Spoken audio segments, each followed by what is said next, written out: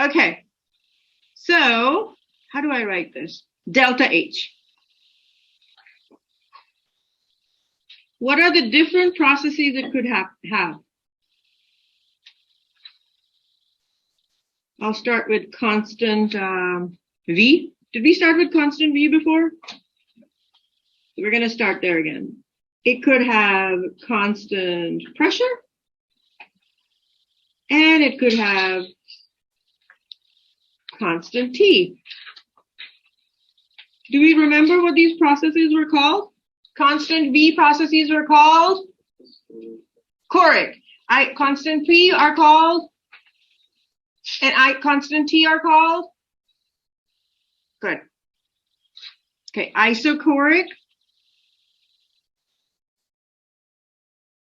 isobaric,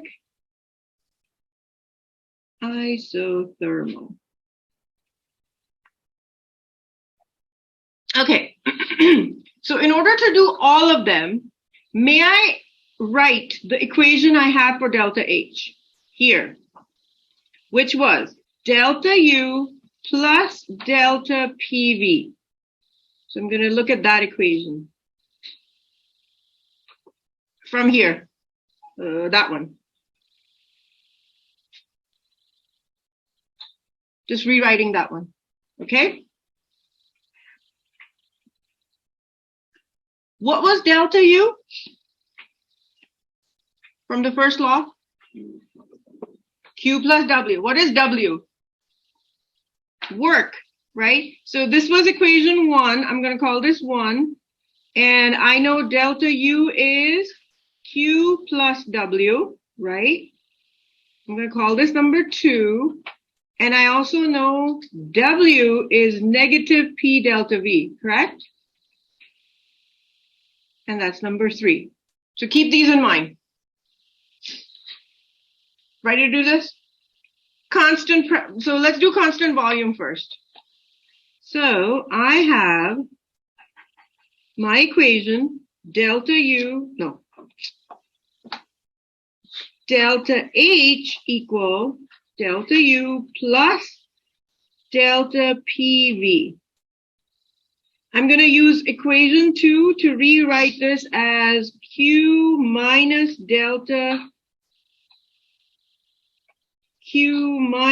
P delta V plus delta P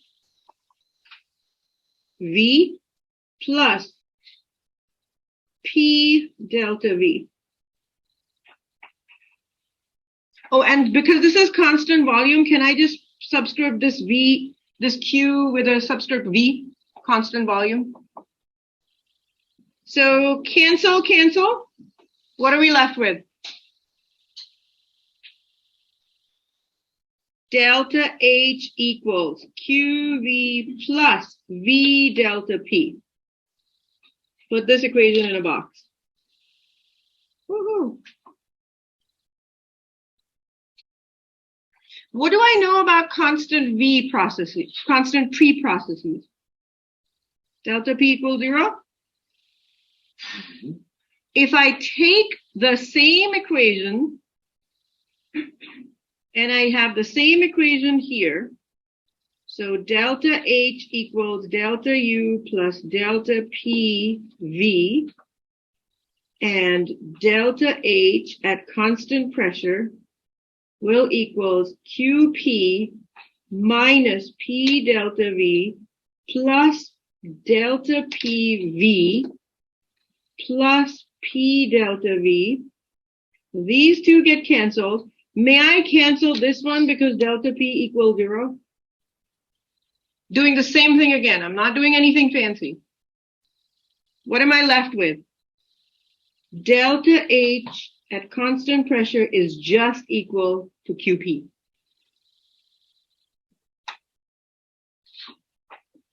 And what was QP? Also CP delta T. Or, in other words, can I write CP? Can I write CP as delta H over delta T. And you have seen this before. Where? If I go back to chapter 3, ta-da!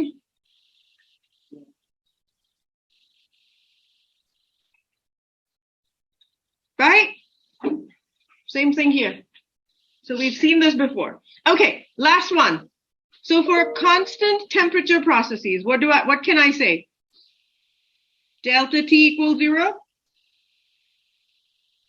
When delta T equals 0, we said delta H was a function of only temperature.